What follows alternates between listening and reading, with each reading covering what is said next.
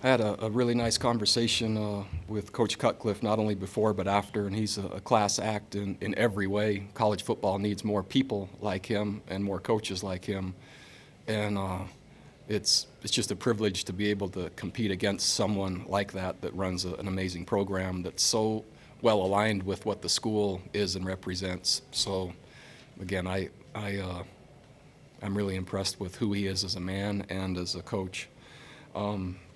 Really proud of our team today in taking another step forward. And I think that you could argue that each game has been a step forward in some regard. And again, we had to do some hard things today. And Duke was moving and making a comeback. And, man, there's some fourth down stops and some interceptions and a sack for a touchdown. And just the execution appears, I think, to all of us to be improving. And the culture, as we all know, was the emphasis to begin, and the execution at some point would catch up. It's starting. It's not done. It's not a finished product. We're just beginning. But it's fun to see the players happy. It's fun to see them see that it's coming. It's fun to see them see the plan that's in place, and it's fun to see them believe in each other. And I like seeing people develop, and it's happening in front of us all, and that's pretty cool. Jordan Mack, a first year, makes a critical play, sacking the quarterback. Bryce Hall, another first year, playing corner and playing almost the entire game, does a really nice job. Juan Thornhill, in his first year of really playing, is making all kinds of plays, and then Micah Kaiser is everywhere. And then if you go to the offensive side, Smoke had a great run at the end, a courage run where he wouldn't go down. He's reaching for extra yards to get us to where we could run out the clock. Kurt Bankert extending plays with receivers, then converting routes and allowing us to move the ball in big chunks. And then we overcame a couple things that special teams-wise could have gone better. And Nick Conte continues to just be a weapon, giving us field position, which is a great thing. So those are my initial takeaways. I'm sure I missed something that you'll point out, so I'm ready. What about the streak? Yeah, yeah. Not to hear. So here's the thing: is I didn't hear about it much until whenever that press conference was when you told me how many games it was. So I didn't know how many games, but really chose right from the beginning to really not acknowledge it, not acknowledge it, because that just makes it bigger. What I believe is preparation, home or away, and that was the message. And if we do that, it doesn't matter really where we play, because the preparation will hold. And that was the message simply to the team from the very beginning. And I think they certainly felt it was a bigger thing than I did. Because they've been part of it and I haven't. But I think that's the advantage, is they'd been part of it and I hadn't, nor my staff. So to us, it wasn't some insurmountable thing. And I think that actually helped bridge the gap. That's a theory. I can't prove that. I think defenses typically progress like this. Every year, is there a bigger jump here because the guys were so young and still learning the system? The biggest mistake that I made with this defense, and so we've run it for 13 years basically with a lot of success, and every year in the summer we always look to make it better. And so the worst mistake I made is taking improvements based on a team or a defense that had been playing it for years and years and years and years, and put the improvements on top of that as a starting point. And it was too much too early. And so we only did it one game, which we all remember. And I said, I don't even think, Richmond doesn't even feel like this year. But that was that game, and it was too much, too soon, didn't work, and it was completely my fault. And so that went away. The plan changed completely back to how it originally was installed for Oregon. After that game, we took even more of it out, and then it's just progressionally being built. And sequentially, today was the simplest plan we had yet. But the execution, it matches the current level of our players' understanding, and it allowed them to play better. And so I'm still getting to learn to know them. They're still getting to know me, and I want it to be to where you, not only you, but everyone can see, holy cow, look how much better they're getting. I mean, how is that possible? And again, this is just the beginning, but eventually that it'll look consistently like that.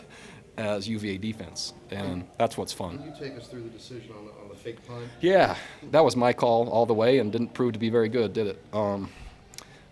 We had one player substitute in a role because of an injury and had an assignment mistake, but they played it really well. And I didn't think they would think that we would run a fake there. Too much risk. And they not only were ready for it, they smashed us. And looked good in practice, but that doesn't always work in the game. So I thought they wouldn't be expecting it, and I wanted to keep momentum.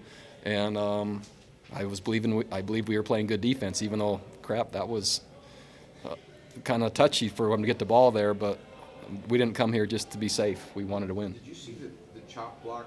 I didn't. The double chop block? I didn't. But what we are having each game is, it seems like 1, 2, or 3 critical 15-yarders, like at times where you just say, no, not now. And so I've got to somehow get through to our team.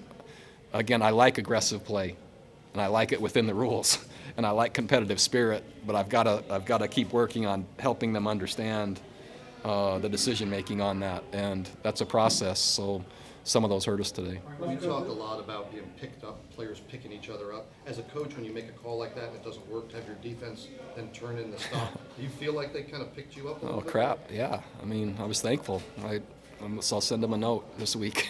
Yeah, because it just makes it worse if Duke scores. I mean, I already felt bad enough, then to have like a double feel bad, that's a long bus ride home. And I wanted to help them make a stop the best I could, but they were the ones that made the plays. Bronco, Duke picked on Kareem. Yeah, Early, yeah. and then you went to Bryce. Was that a Yeah. close call during the week as to who was going to start? It really wasn't. Kareem's been so reliable and so consistent, and he's, because of his size, he's much better from off, meaning from cushion than close, because with his weight and his height, he can get pushed off in separation. And it just became really clear that with Duke, which is likes to move the ball methodically in shorter throws, that wasn't going to be what the best answer was. And so it really wasn't anything Kareem did wrong. It was just we thought there was a different matchup because Bryce is taller, longer, and he prefers to press and be close. And Bryce's background in high school as a receiver, his ball tracking skills are getting to be pretty strong. And so you saw some of those plays he made today that first years just don't make. The play, 50 ball with Nash. not the 50-50 ball was an amazing play, but his first interception in the flat, he was blitzing on that play, and he stopped and just jumped up and intercepted that. I mean, that doesn't happen, and nor was he coached to do that. That just was like, did he really just do that? I mean, as a first year, that's pretty special. David Eldridge makes touchdown catches in practice routinely. Did you feel this was coming from, it was just a matter of time? I was so anxious for it too, that his number could be called and he could have some success because he's worked really hard, and we need him, and he needs us, and so it was really, really rewarding to see. What kind of security blanket is Kaiser out there?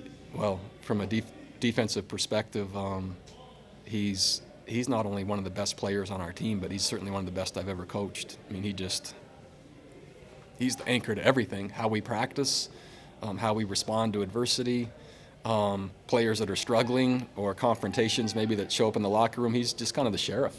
It's his jurisdiction. And I'm lucky to be here with him. He's an amazing young man with tremendous leadership. You just beat a team that beat Notre Dame. What are your early thoughts on the ACC? And all that? I don't know. But I know on any given week, number one, to win college football games is hard.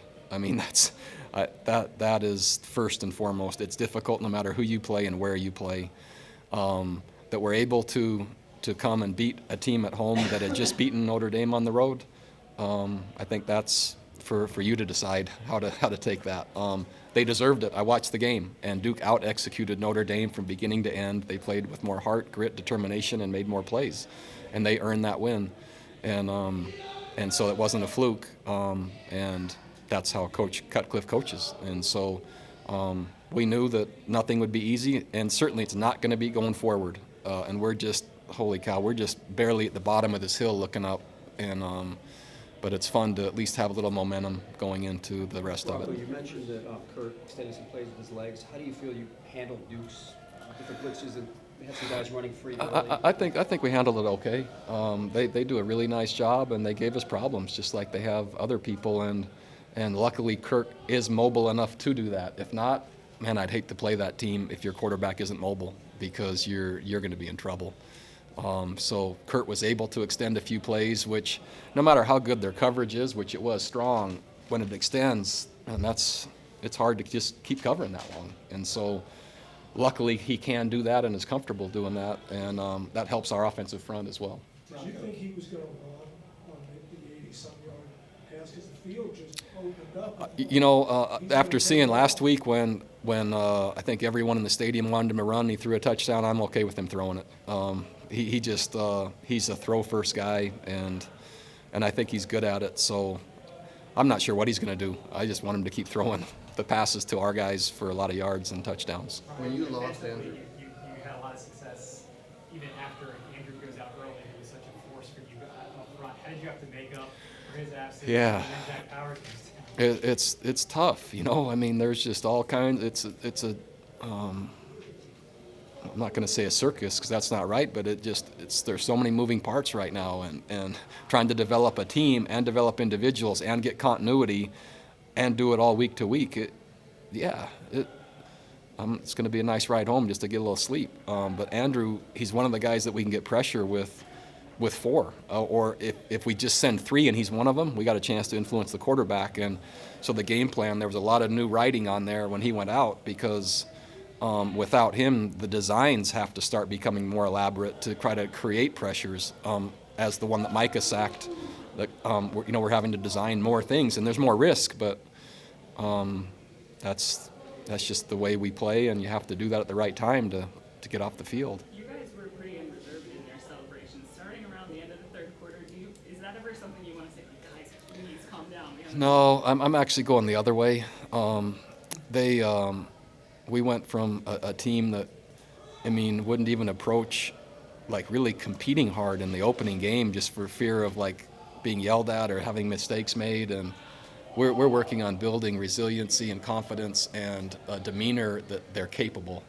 And it's eventually I'll pull them back, but this current mindset I'd like to take as far as possible, because it's the most confident teams and the most exuberant teams, which we call our fourth side of the ball. We think there are four sides to the ball. One of them is the sideline. We think that can have an influence, and so they're actually doing what we want them to do, and it's a heck of a lot more fun, which I think it's supposed to be fun. Anything else? Ron, does this win help you guys going into your bye week before you have a big game? Mixed feelings, because we're getting better, and we're getting better because of the work we're putting in and the urgency we're putting in. So this isn't a normal bye. This is a work bye, and I express those expectations to the players, and so they get it.